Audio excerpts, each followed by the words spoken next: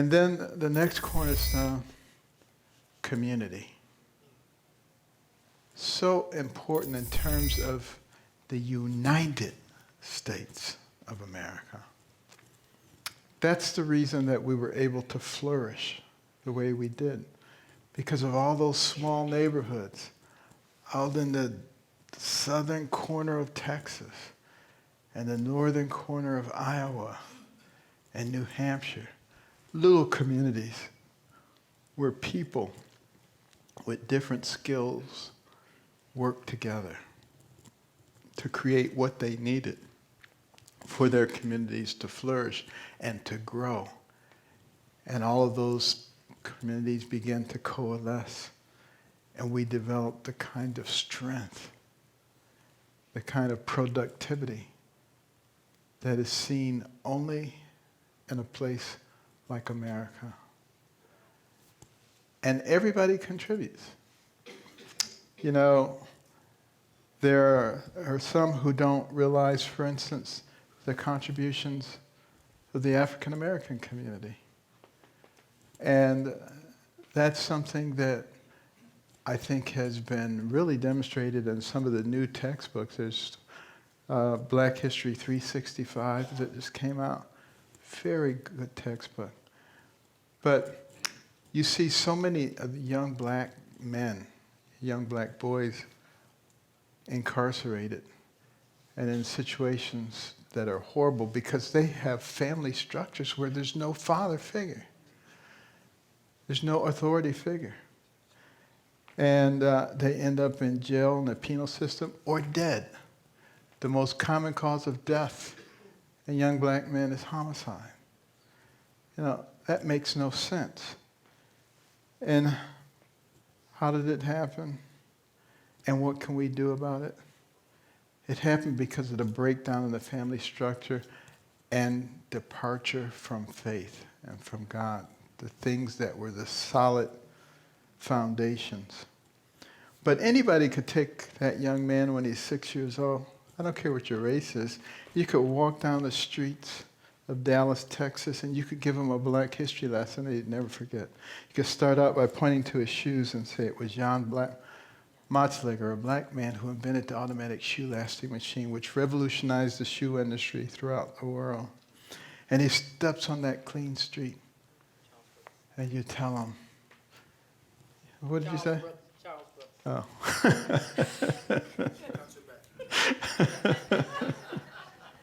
She said, and you say it was Charles Brooks, a black man who invented the refrigeration system for trucks, later adopted for airplanes and trains.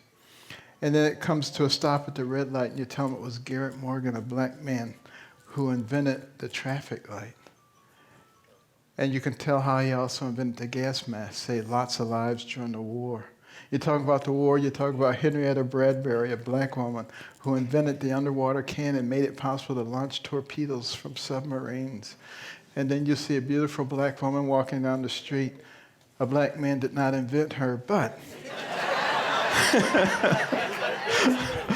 but you can take that opportunity to talk about Madam C.J. Walker, a black woman who invented cosmetic products for women of dark complexion, was the first woman of any nationality in this country to become a millionaire on her own efforts.